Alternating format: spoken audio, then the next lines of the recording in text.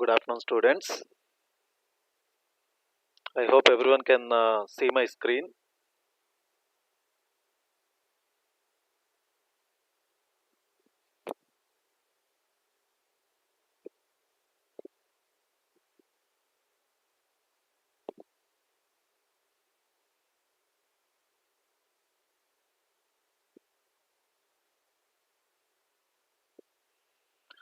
So, a very quick recap. So, I have begun with the exception handling. In the last class, we have covered the exception hierarchy and the types of exceptions. So, we have understood that throwable is the supermost class in the exception hierarchy, which has two child classes. One is the error and the exception class, and we understood that error is not controlled by the programmer. It's not in the hands of a programmer. Examples, we have understood that stack overflow or memory out of memory errors are the best examples, which are not under the control of programmer. On the other hand, exceptions can be handled by the programmer in order to avoid abnormal termination of the program. And then we also understood the two different types of exceptions, that is checked exceptions and unchecked exceptions. And the point to be noted there is checked exceptions are those which will be mandatorily checked during the compile time, and if not handled, then it will be raising compile time error, whereas unchecked exceptions are not going to be checked during the compile time. So you can either handle it or leave it. If you handle it, you can be sure that your program will not be terminated even if it encounters. If you don't handle it, so your program will be successfully compiled, but during the runtime, if any of the unchecked exception arises, since you haven't handled them and since compiler did not check them, it may be thrown, and the default JVM's exception handler will be handling it, and it just prints the stack trace, and then the program gets terminated. So up to there we have just discussed. Now what we will do is we will start examining about all those five keywords through which exception handling is achieved in Java. That is try, catch, throw, throws, and finally. So these are the five basic blocks through which exception handling is dealt in Java. And among these five, three are the blocks: try, catch, and finally are three blocks, whereas throw and throws are statements or clauses. So you cannot use try without catch or finally. You cannot have finally or catch without try, and you can have n number of catch blocks for a single try block. And once the control jumps to a respective catch block, then the control will never come back to try block. There should not be even a single statement in between try and catch block.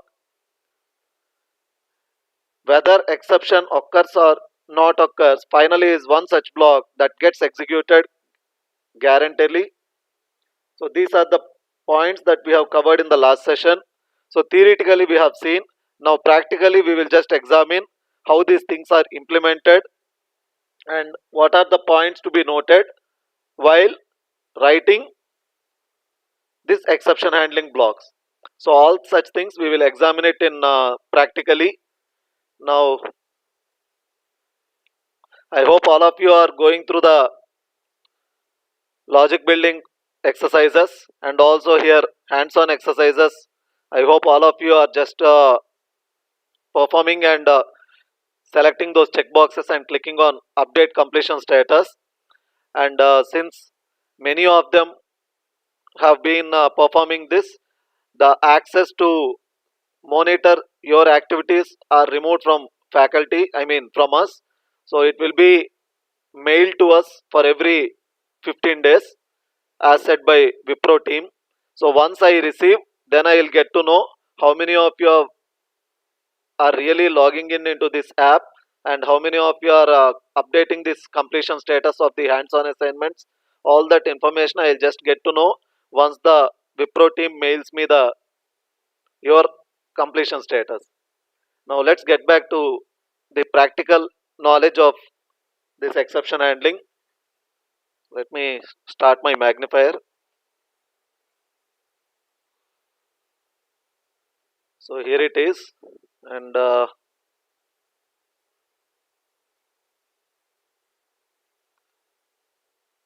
so we already have created one small program, and then I have just shown you how the default handler will be doing. And this is one of the example which we have seen that where I have shown you three different varieties of exceptions are possible with this code. One is the number format exception, that is if args of 0, what you are providing, if it's not a number and if it is some character, then it will be throwing you number format exception. Similarly, if you are not providing two arguments as command line, then also it will be raising another exception, that is array index out of bounds exception. And then if the second argument provided by you, that is the divisor, if you are passing it as 0, then you will be getting another variety of exception, that is arithmetic exception, which we are saying division by 0. So these all are another examples for unchecked exceptions. These all are another examples for unchecked exceptions because they are not being checked during the compile time. That is the reason you don't find any compilation error here. You find the code proper and appropriate for being executed, but only things encounter when you start running the program with passing some character instead of a digit, or not giving enough number of arguments that are expected, or giving some arguments that are inappropriate, such that here in this case b value if you are giving as 0, so it leads to division by 0 exception. So these are the possible exceptions. So a good programmer always should know whatever the code he is writing, he should be understanding in the end user point of view, and then he should be able to deal with all such situations and then start writing the code. So that's what the main point to be noted.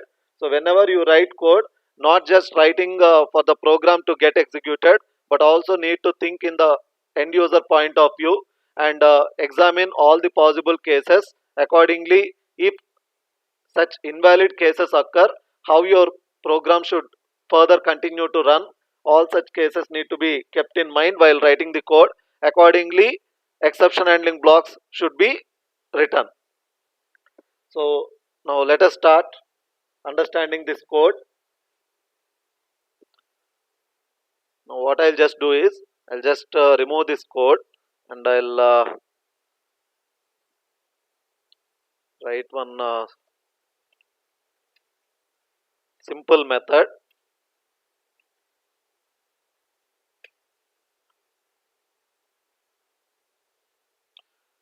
So I'll just try to explain you everything with this only.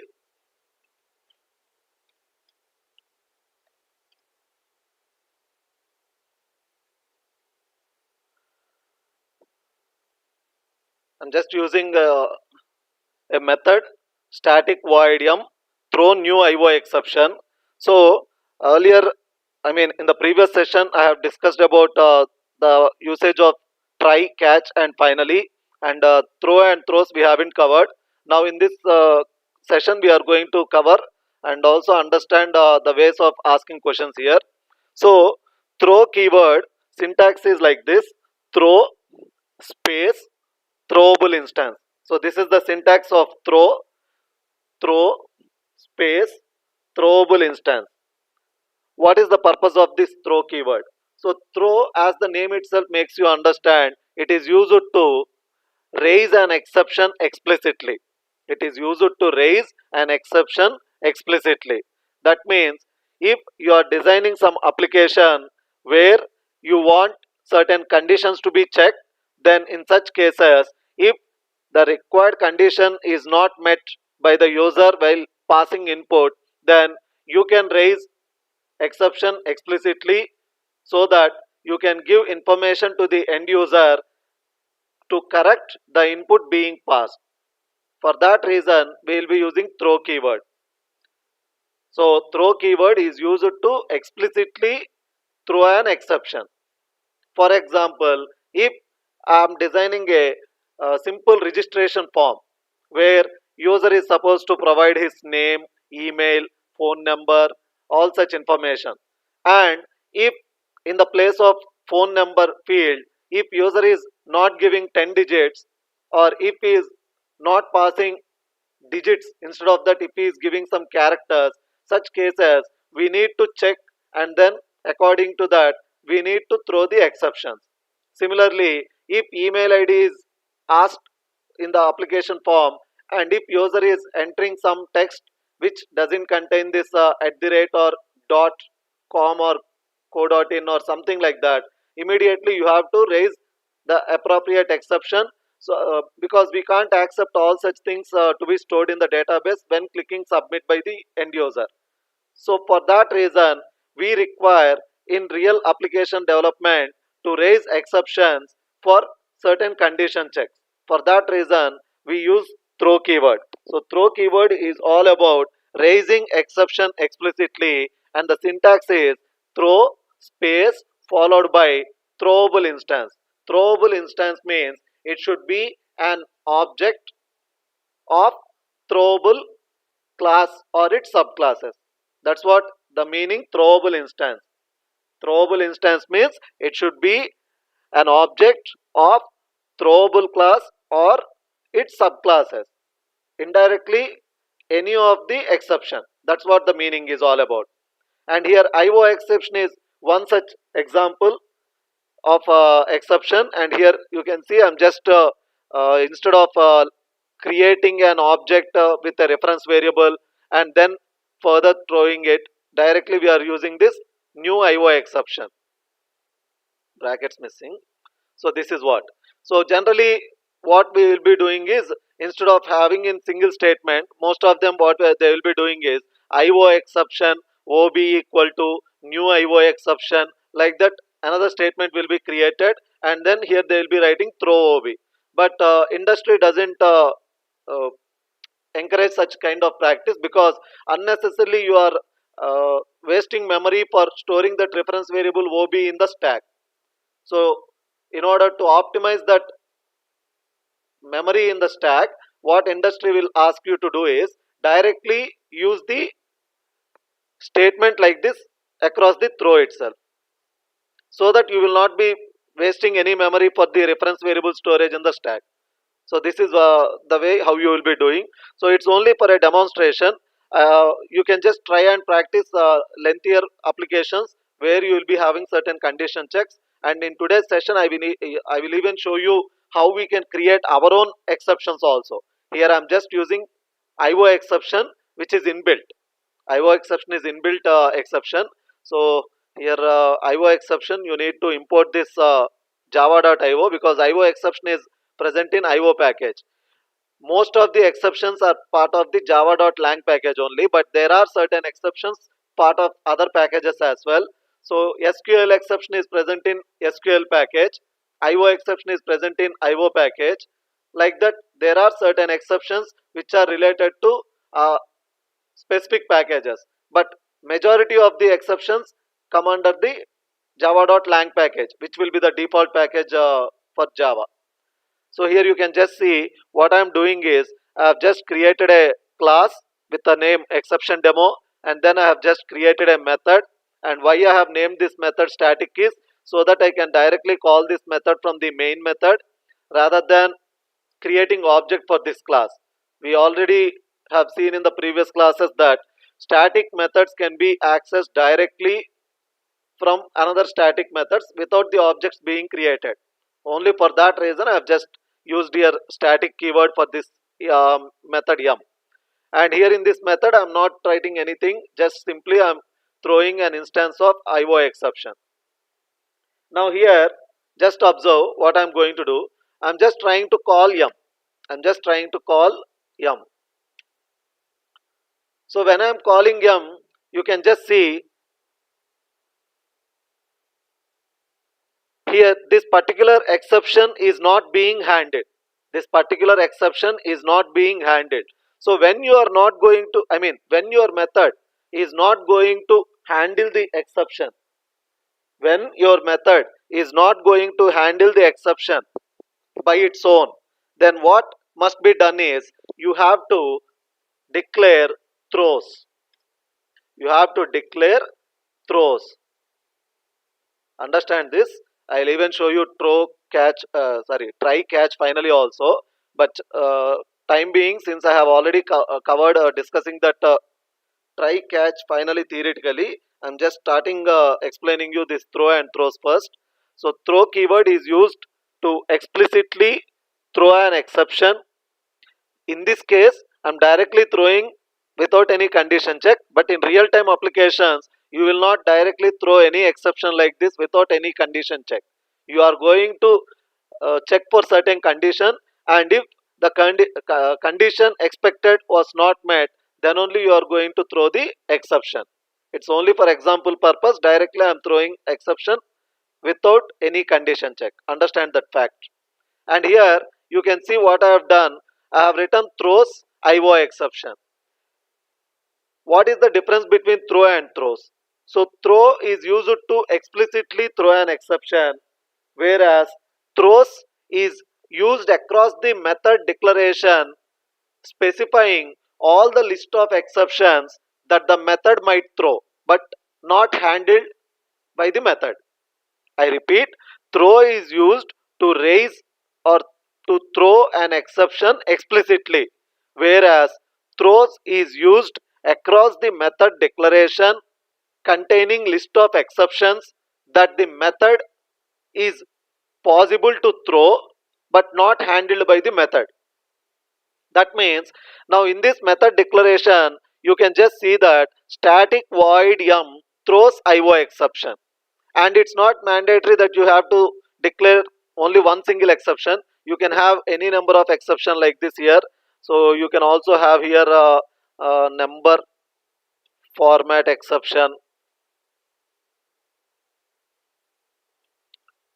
So you can have list of exceptions separated by comma. So another one, what else, array index out of bounds exception, something like that. I'm not writing all that, but understand that you can have comma separated list of several exceptions. So what does it indicate is, it indicates that method m, which is saying that so and so exceptions are possible but not handled by me.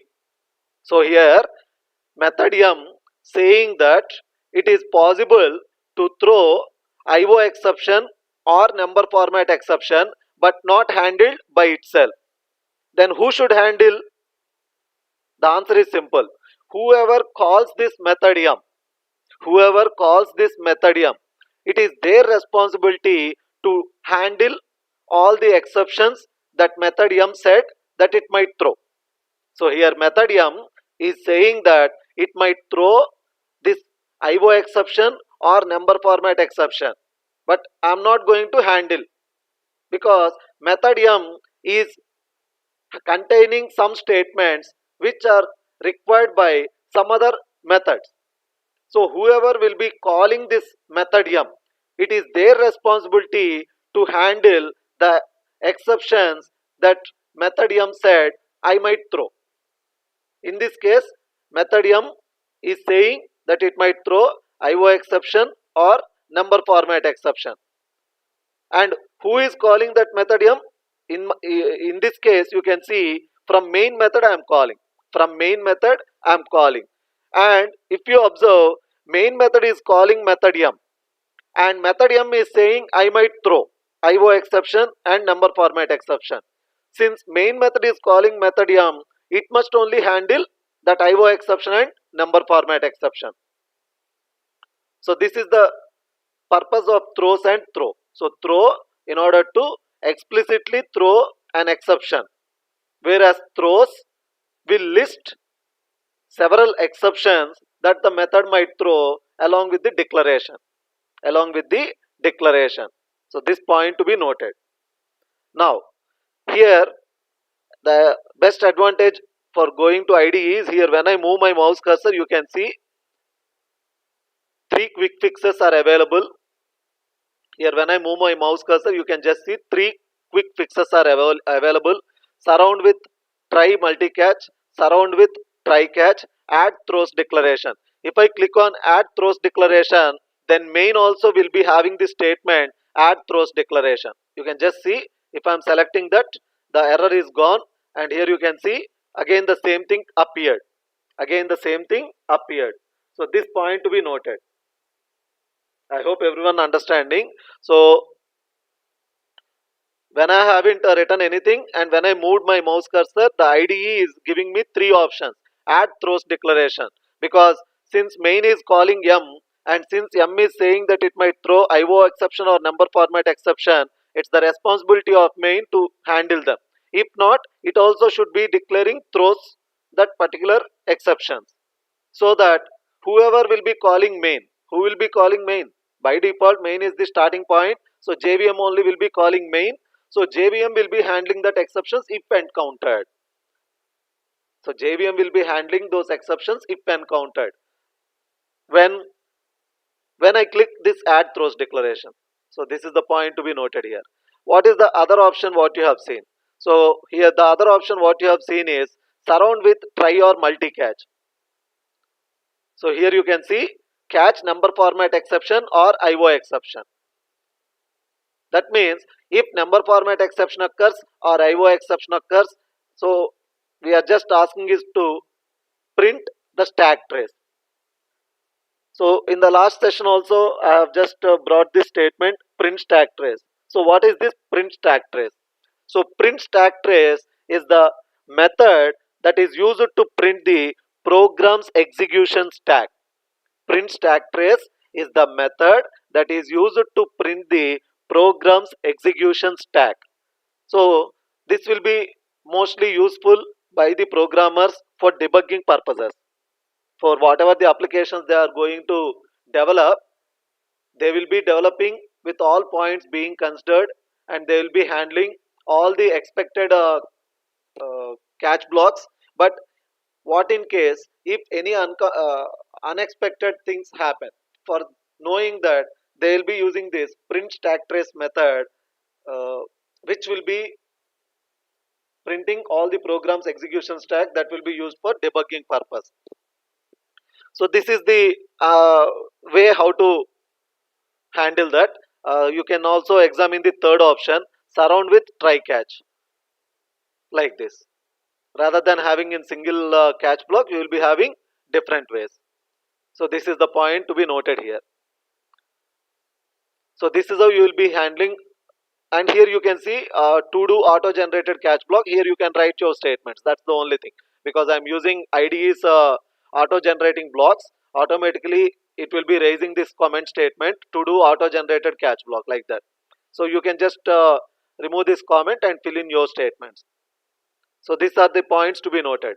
And another point here to be understood is suppose, just observe, in real time applications also, what people will be doing is they will be writing all the expected catch blocks first, and if any unexpected situation occurs, in order to get it resolved, they will be including the catch of superclass of all exceptions, catch of exception E. So this is what they will be doing.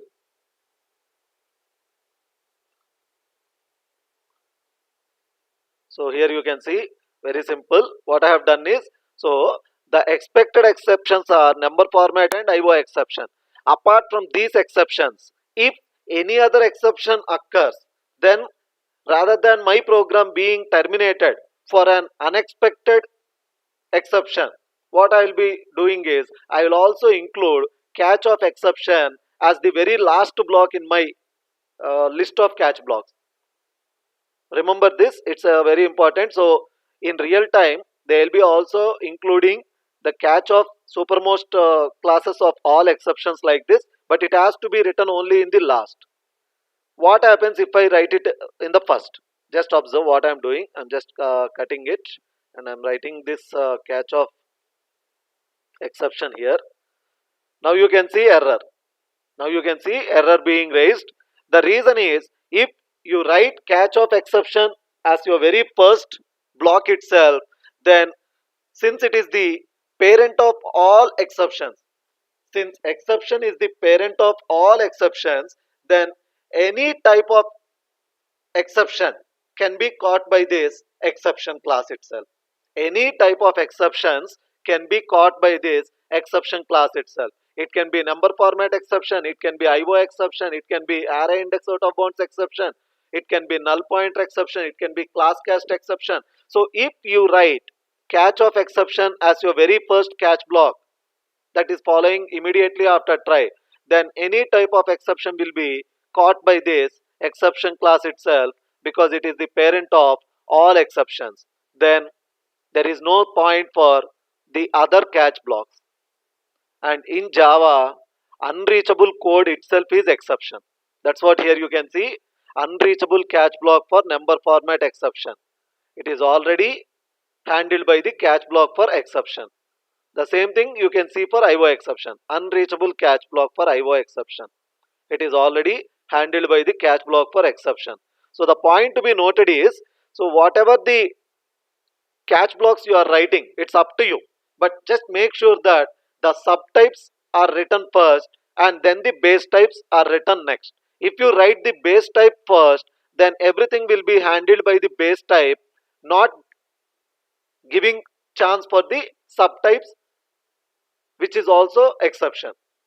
Just remember this point. So when you write multiple catch blocks, utmost care need to be taken that the subtypes must be written first and then only the base types must be coming. If base type comes first, then everything will be handled by base type, not letting the subtype to execute. So unreachable blocks is also exception in Java. So remember this point. This might be one of the questions which you can expect in the assessment exams, because what they'll be doing is they'll just give you some piece of code like this and they'll ask you what will be the output. So you should be checking whether the subtypes coming first or base type coming first. If subtypes coming first, you can just check for the statements and predict the output. If base types comes first, don't look for any other option, directly give the compile time error as the correct answer. So this is the point to be noted, and this is what. And here, when you write multiple catch blocks, by default it will be checked in the order in which you write. Whenever an exception occurs in the try block, by default the control comes to the catch blocks in the order what you write, and whichever match happens, that appropriate catch block will be executed, and immediately control, once the appropriate catch block is executed, control comes to the immediate next statement like this. So control comes here like this. This is how you should understand. So once an exception is encountered while executing the try block, the appropriate catch block will be executed and control will never go back to try, and control comes directly to the immediate next statement after all catch blocks. So this is the point to be noted here. And another point I want you to remember here is, now, yeah, here you can see, so here throws IO exception, number format exception, and here there's only one throw, new IO exception. So in this I'm just printing this, and here if I just print this, this particular code what I have written is not for showing you output purpose, just for understanding.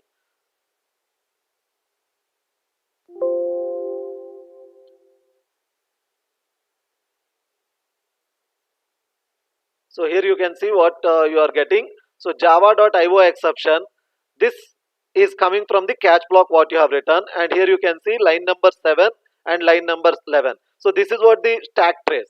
This is what the stack trace. So it is saying how this particular exception occurred. So this particular exception occurred because of this particular method yum, which is in exception demo class, which is in talent package. So you have to understand all this information given by the stack trace, because it will be helpful for debugging purpose. So you should understand the output that it is saying IO exception is thrown. Why? Because of from talent package, from exception demo class, from method m, line number 7, which we have this throw statement, and it is thrown to again talent package, exception demo class, main method. In line number 11 it's being handled, and since I haven't written any message, I'm just getting the stack trace. So this stack trace method, as I said, it will be used to print the program's execution stack. What if I just remove this e dot print stack trace, and if I just fill in with my own code? That is also possible. You can just fill in your own code like this. So here you can see what I have done. So I have just removed the stack trace, because I said it's only for your understanding. Now when I have just removed it, and once again let's debug, run this. So now you can see IO and high are being printed.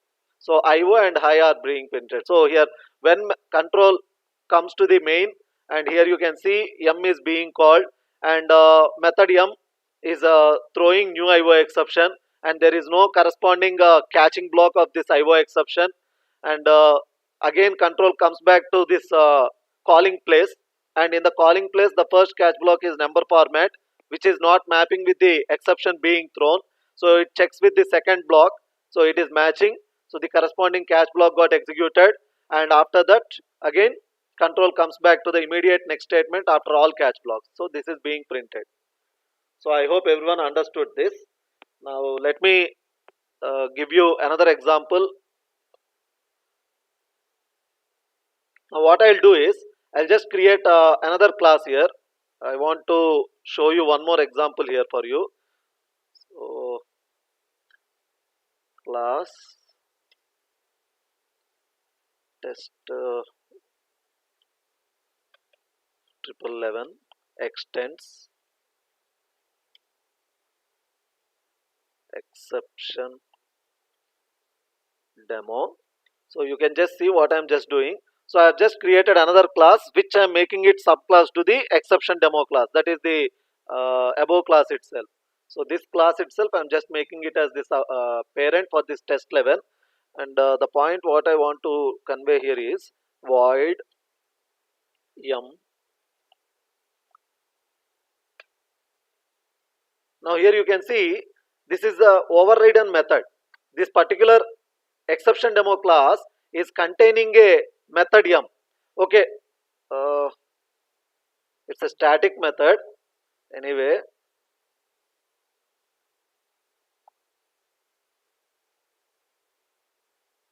Yeah, static methods cannot be overridden now, that's what the error.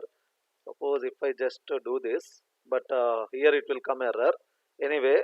What we'll do is we'll just create an object ob for this exception demo in this main.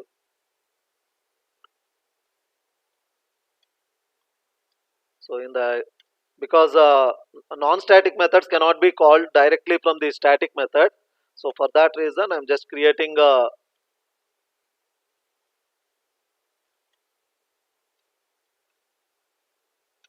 okay, now the error is resolved there.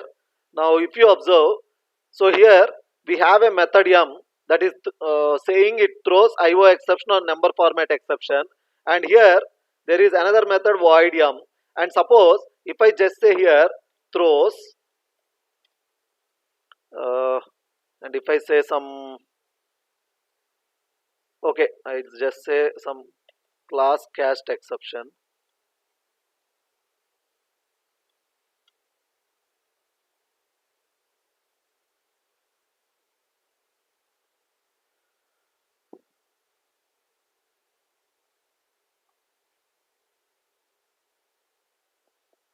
So here this particular method,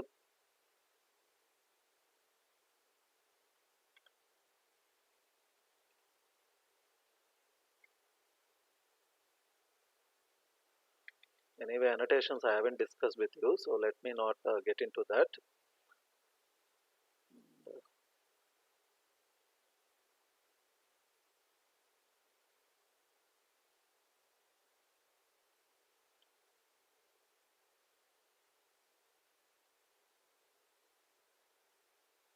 Okay. What I'm trying to show you is actually because when you have base class and subclass, in general, when you are having base class and subclass, so whatever the overriding method is there, it must be throwing the same types of exceptions as thrown by the parent class. So that's the actual thumb rule. The thumb rule is that the subclass overridden method must be throwing the same types of exceptions as thrown by the parent. Otherwise, it will not be a valid overridden method. It will not be a valid overridden method. So that's the thumb rule here. So I think from Java 8 onwards, it's being removed. If I remove this,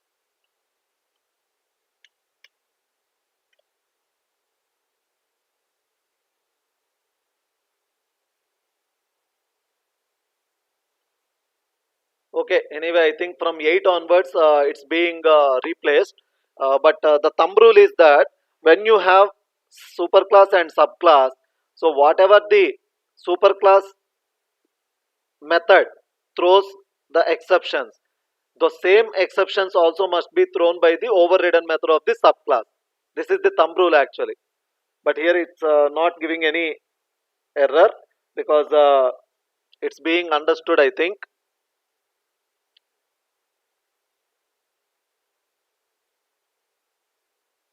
Since we are not creating anything, what if I just use here test 11?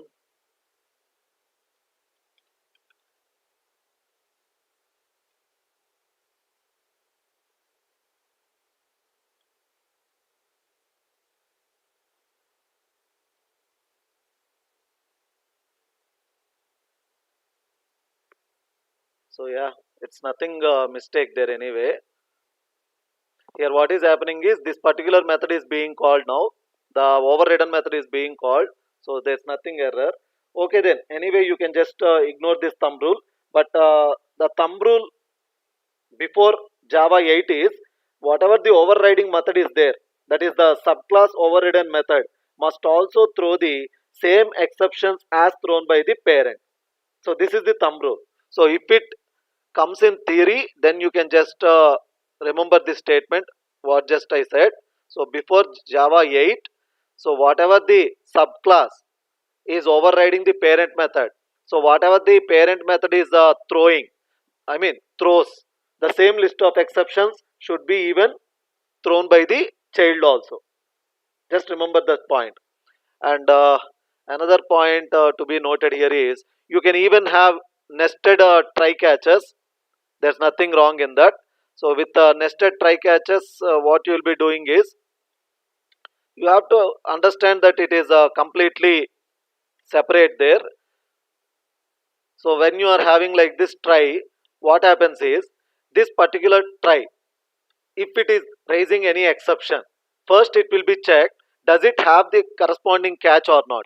If it's not having the corresponding catch, then that exception will be thrown to the outer try.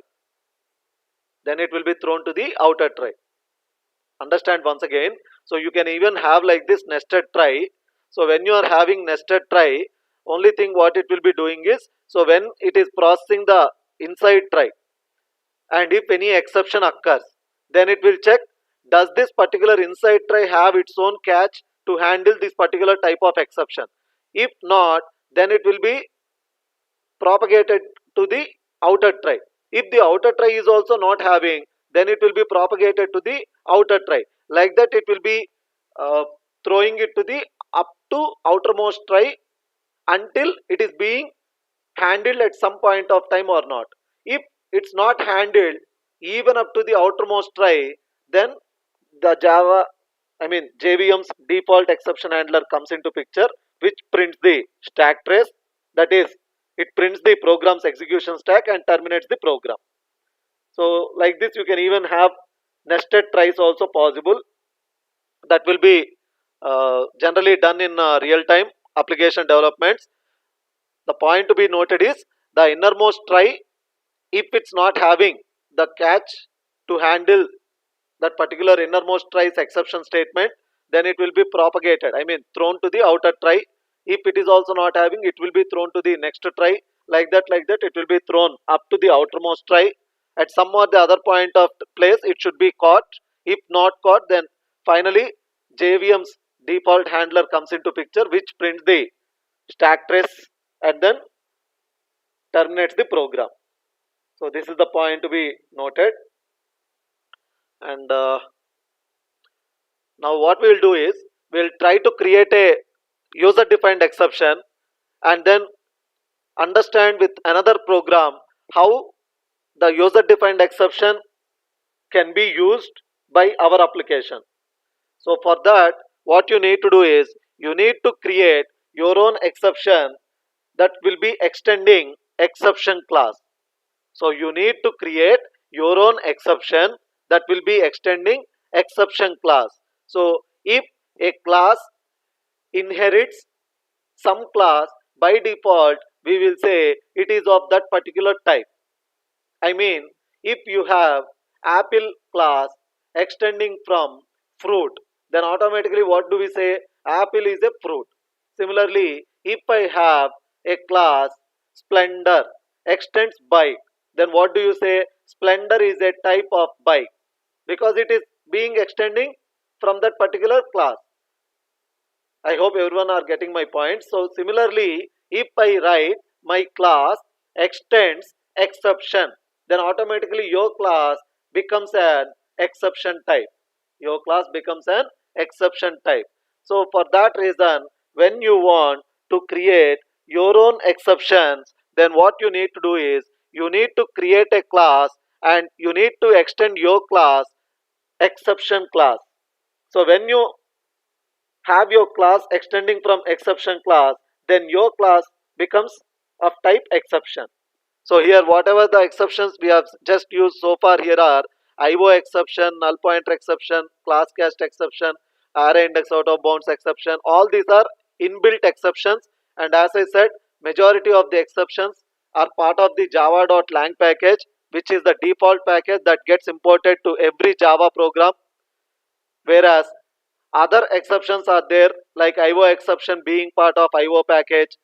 Similarly, SQL exception being part of SQL package. We will come across that SQL exception in coming days when we will be creating applications for JDBC.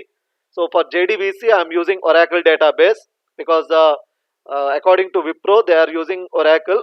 Whereas if at all we are going with Virtusa, they will be using MySQL. So whatever might be the database, but the regular flow and the steps are same. So don't worry about that. Anyway, now as I said, let me create one user defined exception and create another program where I am going to use this user defined exception. So for that, let me create a new class, and you can give any name to this particular class. But generally, like you can see, number format exception, the class name is actually number format. Just to make everyone to understand, we are appending, I mean, they have appended the name exception. Similarly, IO exception, the class name is actually IO, but they are appended exception. So like that, generally whatever the exceptions you are going to give, they should append the word exception, for making everyone to understand that it's not a normal class, it's an exception class. So it's for improving readability of your code. For improving readability of your code, what you have to do is, whatever the class name you want, you can use it, but just make sure that whatever the class name you are writing, append at the last exception word, so that whoever sees the name, they will understand. So it's not a regular class, it's an exception class. So I'm just creating one class, invalid age exception. I'm just creating a class, invalid age exception. I'll just tell why I'm creating this particular class. So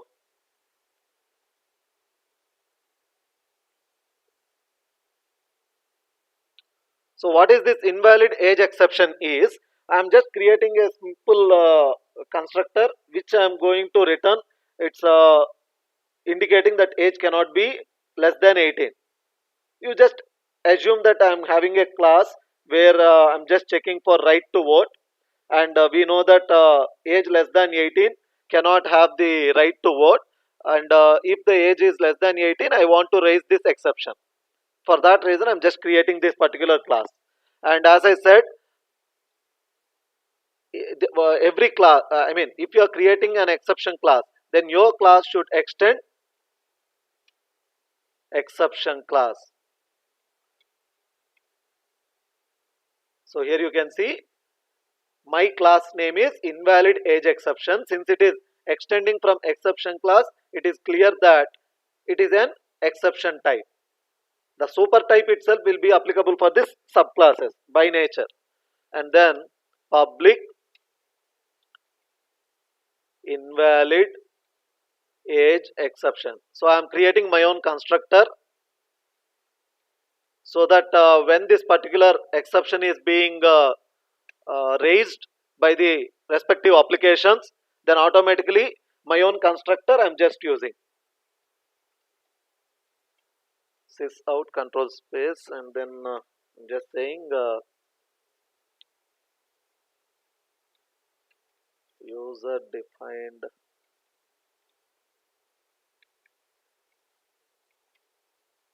exception, a simple message. But whenever we are doing projects, we cannot rely on only the inbuilt exceptions. Compulsory we will be asked to create our own exceptions. Remember this point. For that reason, I'm just showing this user defined exception. And even in the final part of your final assessment exam, I said you that you will be having three parts. First MCQ based test, and then the logic building based test, and finally the project which you need to develop. In that project also, you have to define your own exception. You will be creating your own user defined exception. So for that reason, I'm just showing how you will be creating your own exception. And then I'm going to override the method. And remember this point: since you are creating exception class, always make sure that your exception constructor will be public. And in the last session, we have discussed about this access specifiers, because you will be dealing with several packages during your project development, and you might be requiring user defined exceptions being used in various packages of your project. For that reason, whatever the user defined exceptions that you are creating, just make sure that all the user defined exceptions that you are creating are public, and the constructors of those user defined exceptions are also public, so that you can uh, raise these particular exceptions in any of the packages of your project. And then here I am just overriding my string to string method of object class. This we have seen in earlier sessions also. You can just refer that. So this string to string method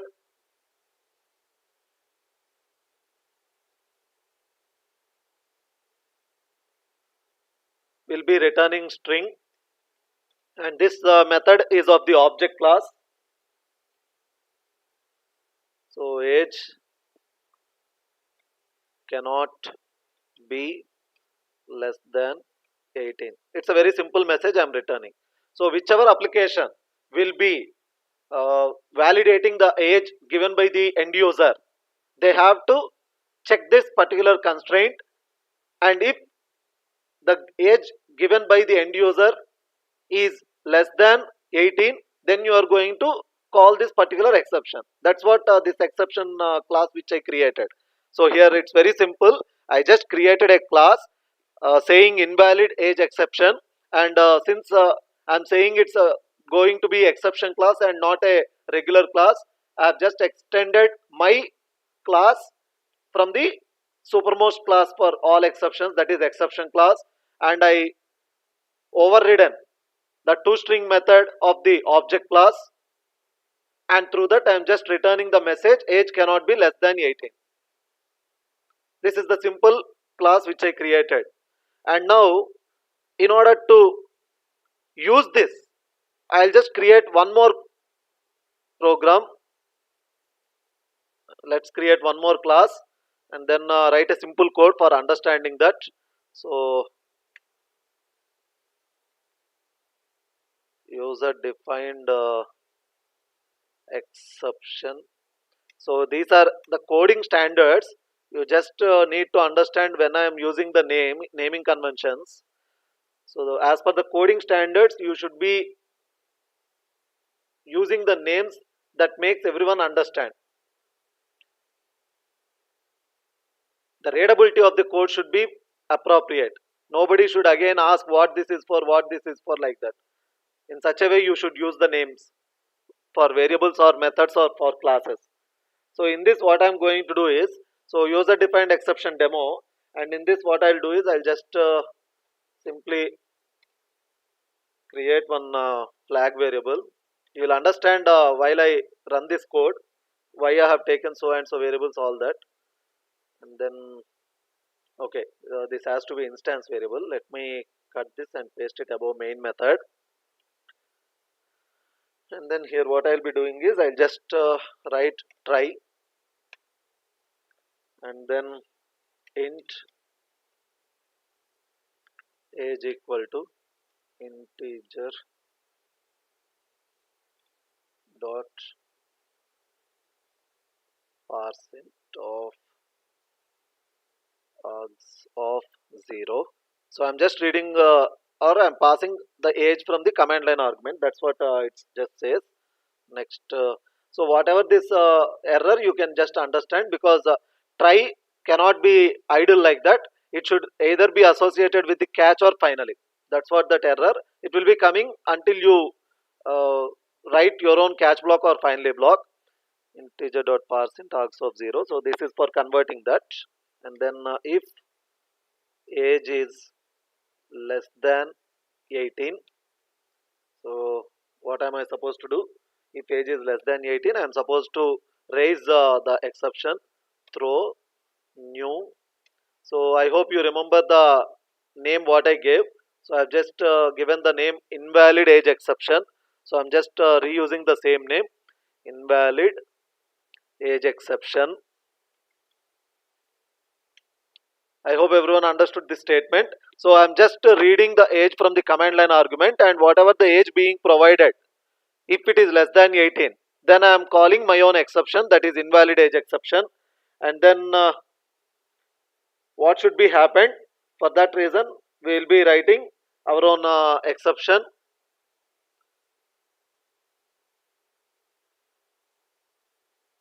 And then here what you will be doing is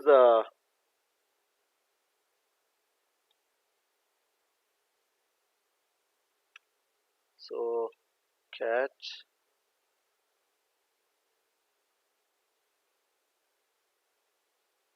array index out of bounds. As I said, always a good program should be not being terminated. Whatever the program written by the program, it should never be terminated. In such a way, the code should be written. So I hope you can understand why I'm writing this catch block, because array index out of bounds exception is required if the command line argument is not given. If the command line argument is not given, then this particular array index out of bounds exception is required.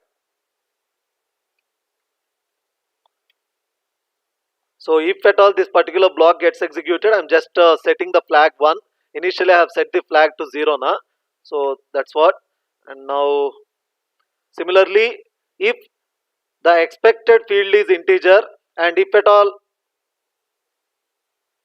character is passed instead of giving integer, that is the age, so then number format exception comes.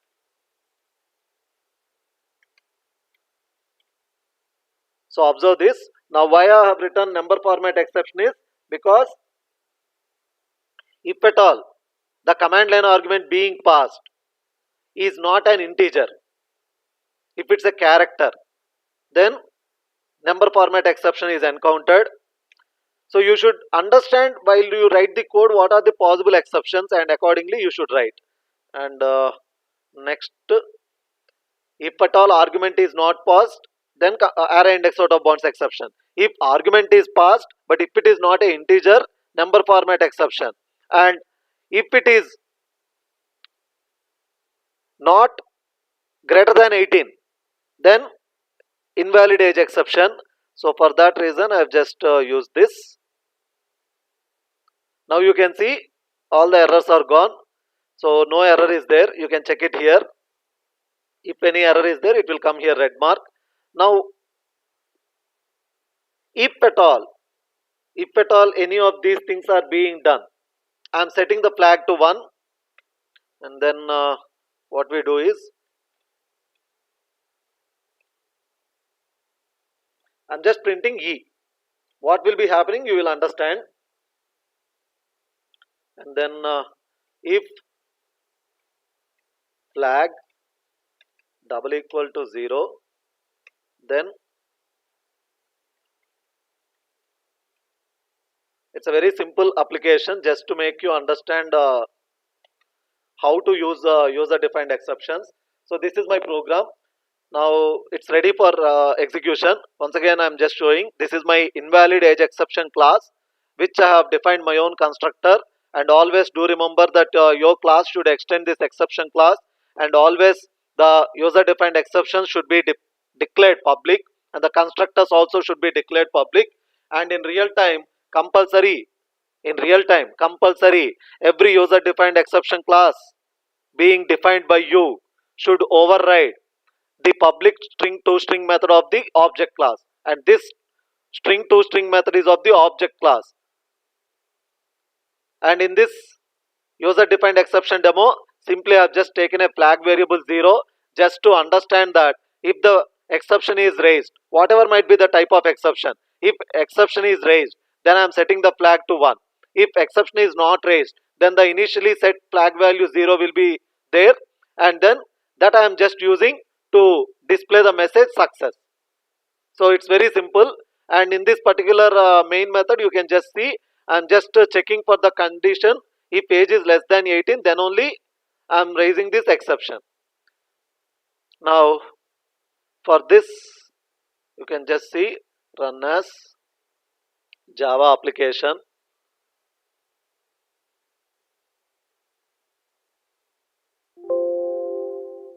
Okay, here it is coming, the window.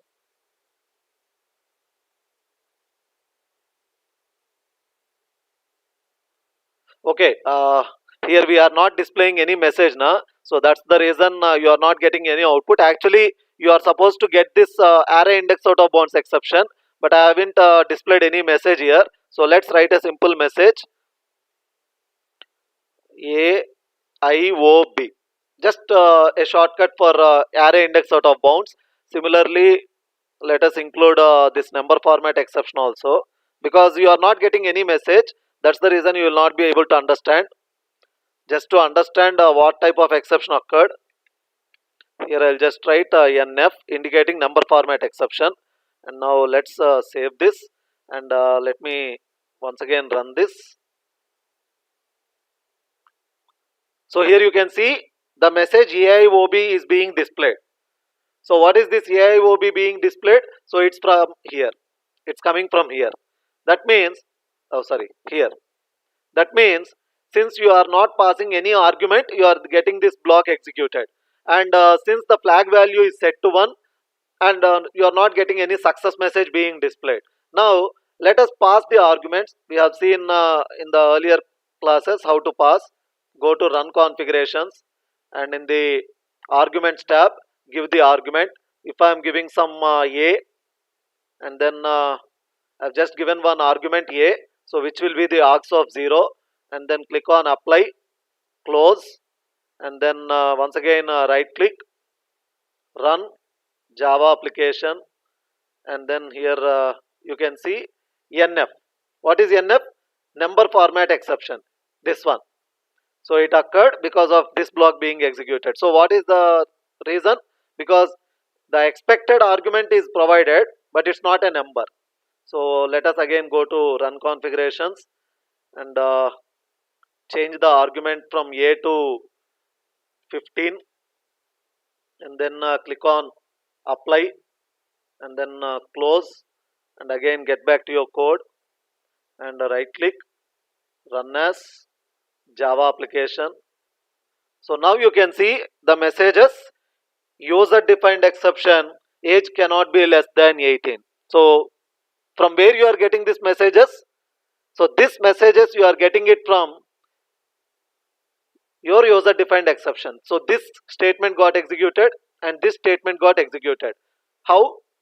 Here you can see, here when you are calling the constructor, when you are calling this constructor, so the constructor got executed, the constructor got executed. And when you are printing e, when you are printing e, that is the object itself. Which object? I mean the invalid age exceptions object. So when you are printing the invalid age exceptions object, then what gets executed is the toString method of the object class gets executed. When you are printing the object itself, then the toString method of the object gets executed. For that reason, we have overridden our own toString method. Remember this point when you are going to develop projects. As I said, compulsory you have to define your own exceptions, and when you define your own exceptions, you must and should override this toString method. And remember the fact that this toString method which we are writing, it is being overridden from the object class. So this toString method is the method of object class. So we are just overriding it. We are just overriding it. So, and this toString method which we are overriding will be returning string, and this string will be displayed when the object itself is being printed. So that's the output you can see. So whenever you are printing the object of the exception, then the toString method gets executed. Then the toString method gets executed. Since you are invoking the constructor here, since you are calling the constructor, constructor message also got executed. It's up to you whether you want to have constructor message or not. It's all up to you. So this is how a simple application which I have written here. You can see how you are writing multiple catch blocks and how they get executed. Now let us make things normal, everything fine, and let me just give here age as 18, and then click on apply, close, and then here right click, and then run as Java application, and here you can see the message success. So if all things are normal, then definitely you get the application run successfully. So here uh, you can just see that it's expecting argument, so we have given that argument, and it's expecting an integer, so we have given an integer. That's the reason these two blocks are skipped. And it's expecting the age to be not less than 18, and we have given that. That's the reason none of the catch blocks got executed. So directly we got this success message printed. So this is how you will be using the user defined exceptions.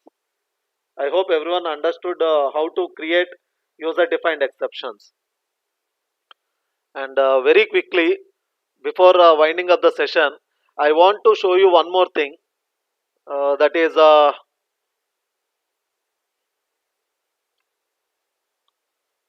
okay, directly here itself, I'll just show you. Suppose if I'm just writing here import java dot util dot, okay, for timing, let me just give this. Similarly, import java dot sql dot star, and here in the main method, what I'm just doing is I'm just trying to create an object date d equal to new date. So as part of packages, this one single point I haven't covered, so for that reason I have written. Now here you can just see when I'm just creating a object for the date class which is inbuilt in Java by default, so you are getting an error. The reason is here I have imported two of the packages. One is util package and SQL package, and in SQL package actually we have a date class, and in util package we have a date class. And since you have imported both the packages, now the compiler is confused which of the object to be created. When you just see here, you can see two of the options are given to you: import java.sql.date explicitly import java.util.date. Like this, options are given. The type date is ambiguous. Now when I write like this, still the same thing. Now what you have to do is, in such cases what you have to do is,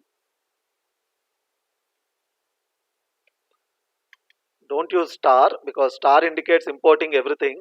So you should be very familiar which one you are doing.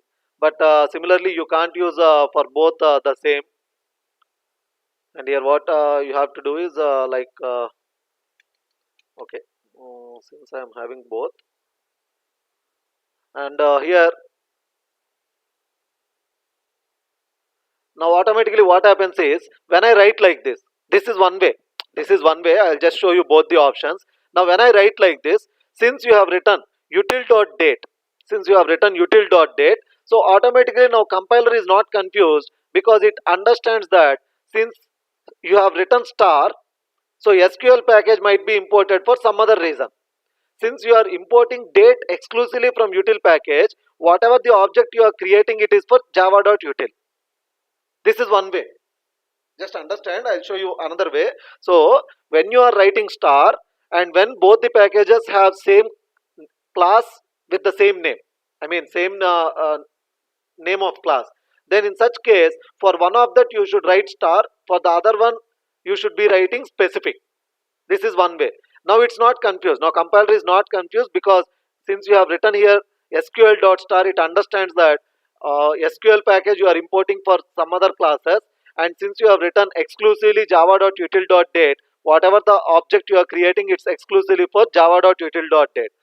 What if both you are writing star only? Suppose if you are writing both star only, then what you have to do is, you should be using the complete name. We also say in industry terms fully qualified name. We also say in industry terms fully qualified name. So what I have to do is, here I have to write like this: java dot util dot date equal to new java dot util dot date. So now you can see the error is resolved. So this is the one small point which I have missed while discussing the packages concept. So when you have different packages, same class name, and when you are trying to create object where these both packages are imported, then you have two options. One is, just make sure that one of the package contains the fully qualified name, the other contains star. This is first option. Second option is, if you are importing both packages entirely, then when you are creating object, just use the fully qualified name. This is what fully qualified name is. Rather than just using the name date d equal to new date, I'm just using the fully qualified name, that is java.util.date d equal to new java.util.date. Just making the compiler don't get confused. So the object for which I am asking you to create is for java.util.date. I hope everyone understood these 2 points.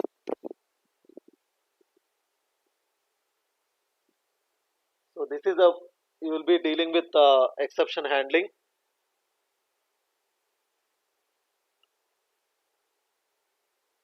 And with this I have covered packages concepts as well.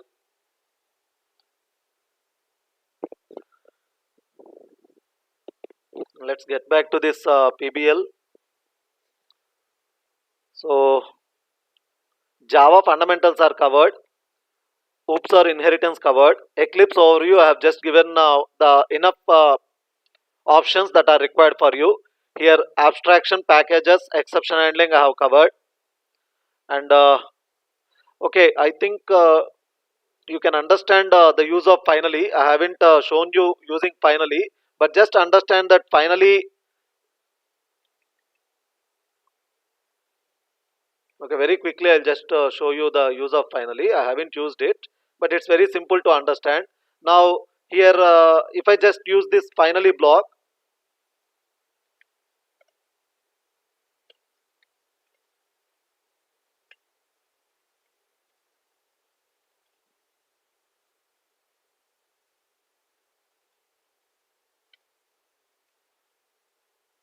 So in this case, now what happens is, this is a successful execution. So you can see finally being executed. For suppose if I just modify the argument. Okay, but first let's remove this, apply, close. Since I haven't shown this finally, I've just added finally and trying to show you. Theoretically, I said you. Now here you can see AIOB, that is array index out of bounds exception occurred because expected one argument and no argument provided, but still you can see finally being executed. So this is the theoretical concept which I have discussed with you in the last class. So finally is one such block which gets executed whether exception occurs or doesn't occur. Suppose if I just pass capital A, now you know that it will raise a number format exception.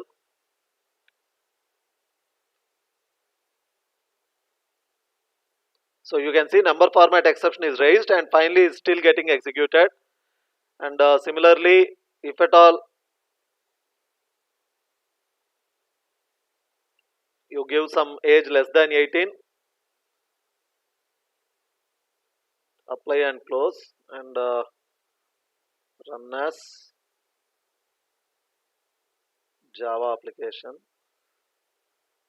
So you can see user defined exception is raised and still finally got executed. So this is the point just need to be noted. So try is the block which contains statements that might cause some exceptions, and catch is the block which contains the handling code if the exception is thrown from try, and finally is one such block which gets executed whether exception occurs or not occurs, and throws is used to give list of exceptions that the method might throw which are not handled by the method itself. So who should handle those exceptions is the method calling this method, like this. In this case here main is calling this m method na, so it should be handled by main only, like that, and throw is used to explicitly throw the exception. So this is what the complete exception handling is all about. And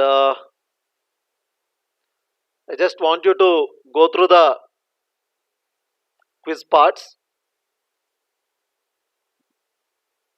So from here only quiz parts. So is there any problem? Just observe the code. Yeah, here the problem is this particular statement. I have already discussed in my last session. You cannot have even a single statement in between try and catch. Though, so that's the error there. You can't have even a single statement in between try and catch. So here what is the error? Yeah, this also I said you in today's class only. When you write multiple catch blocks, care need to be taken that the subtypes are written first, and then only the base type should be written. Here catch of runtime exception, which is the super type, cannot be written before number format exception. So number format exception can never be checked. That's the error here. So this is the quiz. And nested tries I have said you. So by default if the inner try doesn't have the appropriate catch, it will be thrown to the outer try. If outer try also not having, it will be thrown to the outermost try, like that. So you can just see that. So debug this code. Yeah, again it will be error. Again the same thing. Again they are asking you. So catch of exception E can never be written uh, as the very first block before the other catch block. So that's the error here. Yeah, that's about this try catch. And coming to throws clause, let's quickly see if any quiz questions are there. Let's discuss, because this discussion I should make with you since we are online. I'm just giving you the answers. So this is what the error I said, but I think even they haven't upgraded. So here you can see file not found exception, and here IO exception, because here file not found exception is another type and the subclass is throwing another type. So this is the overridden method. This is what I just tried to explain you, but anyway it's ruled out. Now this particular statement is ruled out with the latest versions, and this is okay. Here you can see no error because uh, how do you understand this? Super type should be the first one in the super class. Subtype can be there in the subclass. Here in the previous case, if you observe, super class is having file not found exception, which is subclass of IO exception. File not found exception is subclass to IO exception. Remember that point. So if you check the Java doc, you will understand file not found exception is created with extending from IO exception. So here file not found exception, you cannot have it first and then the super type for the subclass, but this is fine. So this is the point to be noted. IO exception is there and then file not found exception. This is illegal. And it's given the answer there itself, no error, compilation successful. So this will throw compilation error. So here again the same thing, file not found exception here, SQL exception here. So this will throw compilation error. Again the same thing, as I said, here throws IO exception and runtime exception, but here this you can see that okay, it's throwing only IO exception but not throwing runtime exception, and but still calling this new plain method. So why it will throw compile time error is because we have just discussed. So when the method is saying it might throw these possible exceptions, then who should handle? The calling method. Here the calling method is main, and main is just saying throws IO exception. So it should handle this runtime exception but not doing that. So that's the compile time error here. And coming to throw clause, any quiz questions? Let's quickly discuss.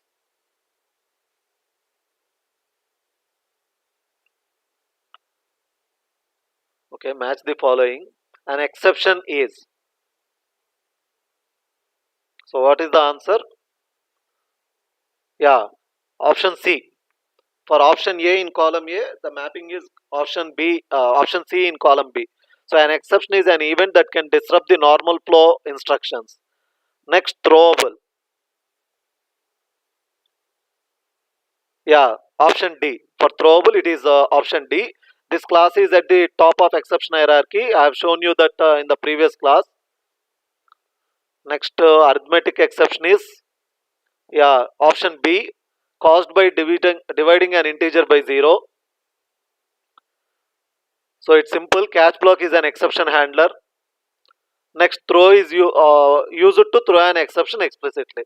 So these all I should discuss with you, but unfortunately we are locked down. So that's the reason I'm telling the answers directly. And here, do you find things are fine? Obviously no. Here things are not fine because again the same answer in the previous file we have seen. Void method is saying it might throw IO exception, and here it's not handling IO exception, and the calling method main also not handling IO exception. So that's the error.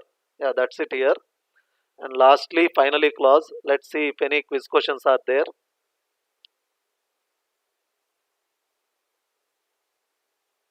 So print stack trace method I have already said you. It will print like this stack trace, making you understand that this so and so exception occurred because of from this method, and this method have thrown, and this method has to handle, but still it is thrown to this method, and finally it got terminated because of main also not handling. So with line numbers it will give you like that. So what is the reason for this compilation error? Yeah, here again the same. Finally you cannot have a with the break in between catch and finally. That's the error here.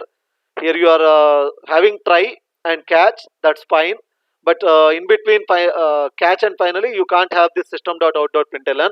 So that's the compilation error reason here. And answer is there. It will throw compilation error. Why? How to remove the same? So method is called and method is throwing exception, and here catch you are having throwable E. So throwable is the supermost class, so fine. And inside this throwable again there is try and throw new exception, and it's being handled here. Yeah, the same reason. Here what is happening is catch is there, but again it is throwing and which is being caught. Here actually if you don't have this throw, then it's fine. If you don't have this throw, then it would have been fine, because inside catch anyway exception is caught. So in this nested catch what is happening is this particular handling is ignored. So that's the thing, you have to either remove the statement here, or you have to write this catch outside completely. Instead of having this catch inside, you can write this catch completely outside. So that's the way. I hope everyone understood today's class, and if any of you are having any queries, you can just post your queries in the comment section. If no queries, you can straight away post your roll numbers in the comment section. I repeat, if any of you have any queries with regard to today's session, you can just post your queries in the comment section. If no queries, post your roll numbers in the comment section.